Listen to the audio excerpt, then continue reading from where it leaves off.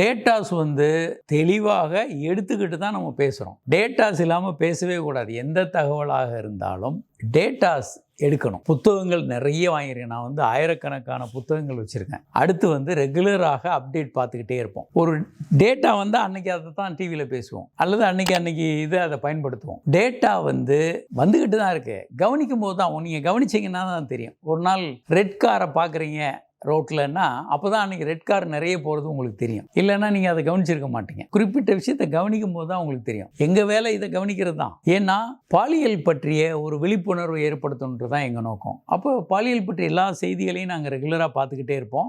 டேட்டாவை கொடுக்கணுன்றது எங்கள் நோக்கமும் கூட. இதில் தவறான தகவல்கள் அல்லது எதையாவது அடித்து விடுறது அதெல்லாம் தவறு.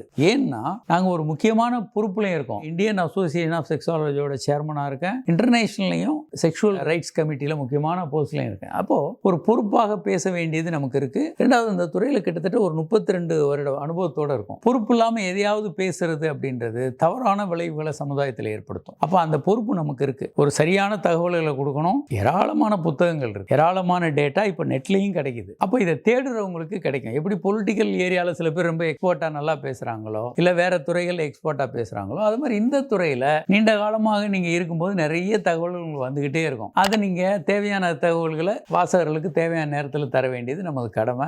அதுதான் செய்கிறோம்.